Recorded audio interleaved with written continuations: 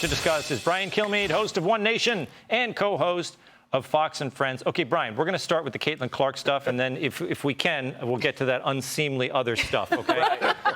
The Caitlin Clark issue, I mean, they're talking about civil rights violations. I kind of liked what Stephen A. Smith said there. I don't know about civil rights violations, but is there something the league can do to stop this behavior toward Clark? I don't think the league has almost done zero. They've almost said nothing. You don't even hear any outrage. If this was the guys, and they were beating up LeBron. Adam Silver would have spoken out already. I don't know what's happening, but I've never seen such resentment. It reminds me, for example, nobody cared about soccer in the 70s until Pele came here. Next thing you know, you had 77,000 people at Giant Stadium. No one tried to kill Pele. Yeah, they played him harder, but they said thank you. Even opponents, my goodness, everybody's salary jacked up. David Beckham comes to the MLS. They had a bigger crowd at his press conference than they had most MLS games. There was my goodness, this 32-year-old superstar brought all his stardom to this league. There was some people who wanted to look good against him, but they didn't resent him. But here's this woman who comes into this league as a legitimate rookie. She is up viewership up highest in 20 years. So the ratings are up highest, and 200% they're up. Attendance is up 14% year to year. It's even over last year's records. And now all of a sudden, people are looking at this league because of this crazy meme coin. These idiots started throwing sex toys onto the court to get heat around their meme coin. And it worked because this meme coin, when they found out who this was on Friday, started rocketing up in terms of value. Okay, well, Brian wanted to take it into PG-13 territory, so let's go with that. Well, you teased this whole PG. I know, and the thing is that I had to sit through a Gutfeld segment, and we were, talking about it, and they're making all these jokes about the sex toys, okay? Now, Lisa, we'll take it to you, and maybe you have a question for Brian about this, but I actually think... Unseemly jokes on Gutfeld since when? I know. Well, the thing is, and I didn't want to be a killjoy. Right. I brought it up on the panel. I think this whole thing is terrible. I think too. the people, if you bring one of these things, there are young girls, there are girls in junior high school going to see these games, and there are women, and I agree with the coach. Tell me if you agree with me. I agree that this is about humiliating these women. And I think it's terrible. And if somebody gets caught bringing one of these things, I think that is just as bad as like someone who's doing indecent exposure. What do you think? Well, I'm going to shift gears because it makes me laugh. And I don't know. I'm sorry. But I'm going to go back to Caitlin Clark. I'm sorry. I don't want to get to make a stand. Okay, so I'm going to talk on Caitlin Clark then because I don't want to get myself in trouble. Okay, so she also brings you talked about the ratings, but there's financial value in that. And economists estimate that she has been able to generate an estimated $875 million to $1 billion in economic value to the league. So, would anyone even care about the WNBA if not for Caitlin Clark? And by the way, the quality's great, best in the world. I love that anytime women's athletics goes forward, I'm enthused about it. But the WNBA has done a horrible job. Marketing. They don't go to CYOs. They don't put in the blue collar work to rise a league, to bring a league up. I mean, even the NFL had to do that. You go to Sandlot games, you make appearances, you let the community get to know you.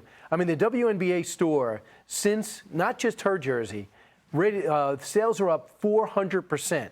Of WNBA jerseys just because of her presence. But her presence is resented by about 80% of the other players. Well, we spent so much time, though, talking about the drama, and the Caitlin Clark Angel Reese drama goes back to their Iowa LSU days. So it's not like that was new. However, we've also seen other players have this mean girl behavior in the WNBA. Is that something that was happening already and we just didn't know about it because now we're paying attention, or is that just self-generated? I don't know if there was another superstar in the league, Cheryl Swoops or Rebecca Lobo, early on when it first launched, that people really resented them because they had just won the Olympic gold in '96. They took that momentum and formed the WNBA. We kind of knew Lisa Leslie, Jen Rosati. We knew Rebecca Lobo. And we knew UConn was selling out 18,000 over it. All of a sudden, women's sports were mattering. They go to the Olympics. They get gold. They launch this league. And it just fell like a rock. They were unable to sustain the momentum. I'm not sure it was happening because they had nobody to resent as much as they did this kid from Iowa who went to Indiana and revitalized the sport. It's one of the craziest storylines I've had a chance to cover. Look, the WNBA has screwed itself on this deal, in my opinion. You're right. They've been subsidized by the NBA since their beginning. They had a great starting point with Rebecca Lobo with all of this.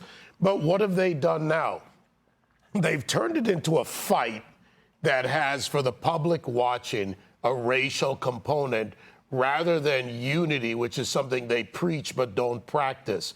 And if the leadership of the WNBA, just like any commissioner of a sports league, wanted to take control, they would sit down and say, okay, I get it. It's hard competition, hard-fought basketball on the court, and all this and more. But you've gone beyond to the point where you're hurting a sport, by the way, which is already a failing business model.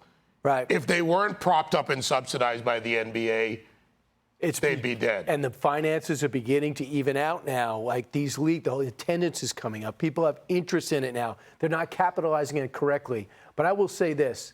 The one thing I have to say is the NBA did a great thing in launching this league, but it's up to them to sustain this league. I would love to see people step up and take charge. Just say someone step out, but do it without defending Caitlin Clark, because the more you defend her, it makes her a martyr. She wants no part of this defense. She wants to play ball. She doesn't complain. She's not trying to start trouble. She doesn't want any ref to give her a call. And I think that if we keep signaling her out, because we can't help but do it, I think it makes things harder for her who's nursing an injury right now. Although Ask yourself what happens when she leaves the league.